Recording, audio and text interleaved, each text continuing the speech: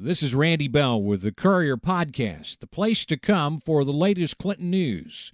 A new state agency which is dedicated to the expansion of high-speed internet service across Mississippi is holding a Broadband Town Hall Meeting in Clinton on November 17th. And citizens are being invited to attend to share concerns about connectivity in their areas of the city.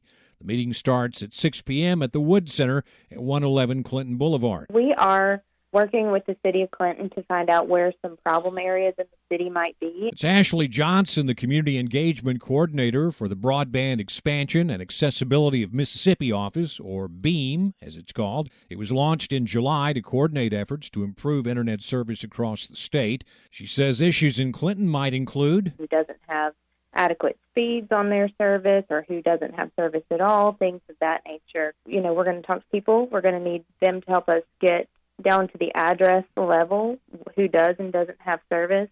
We'll have a survey of sorts for people to fill out or take home some extra copies to their neighbors to fill out. We really want to know what the struggles and barriers are in each neighborhood and each area in the city and the surrounding areas. Do people have available service but they can't afford it? Or maybe they have service and they could afford it, but they don't have the digital skills they would like to feel comfortable accessing the internet. BEAM needs an accurate count of unserved and underserved households because federal funding to expand broadband is based on those numbers. Alderman Robert Chapman says the availability of high-speed internet service was a topic that came up often as he met with people while running in the Ward 3 special election during the summer. Chapman, who lives on Williamson Road in North Clinton, discovered he was in the same boat with many of his future constituents. They had no satisfactory internet service. The way that it's been explained to me, water, electricity, and sewer, those are the utilities that are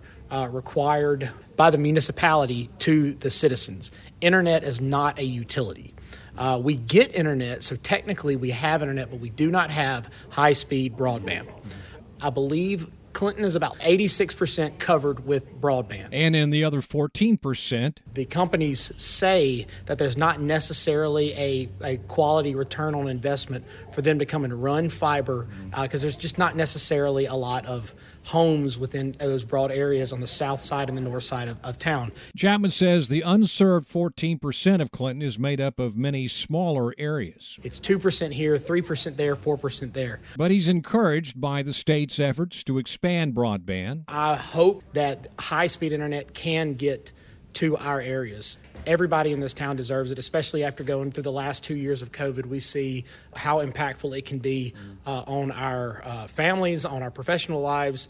We're here putting forth the efforts to make this city as great as it can be. And when 14% of Clintonians don't have access to high-speed internet, it kind of makes you think that really Clinton doesn't have that. Ward 2 Alderman Jim Martin lives in College Hills in South Clinton. We're rural somewhat. We're sparsely populated out there. A lot of the annexed areas, both north and south, have that same issue.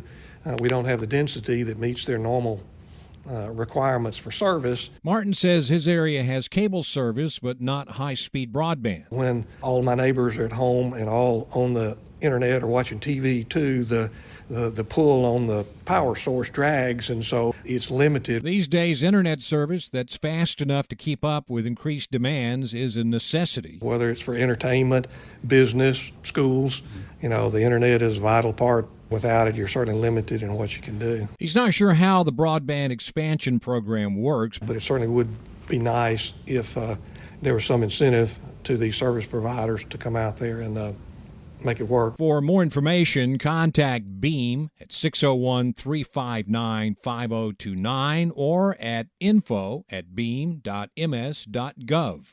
This is Randy Bell.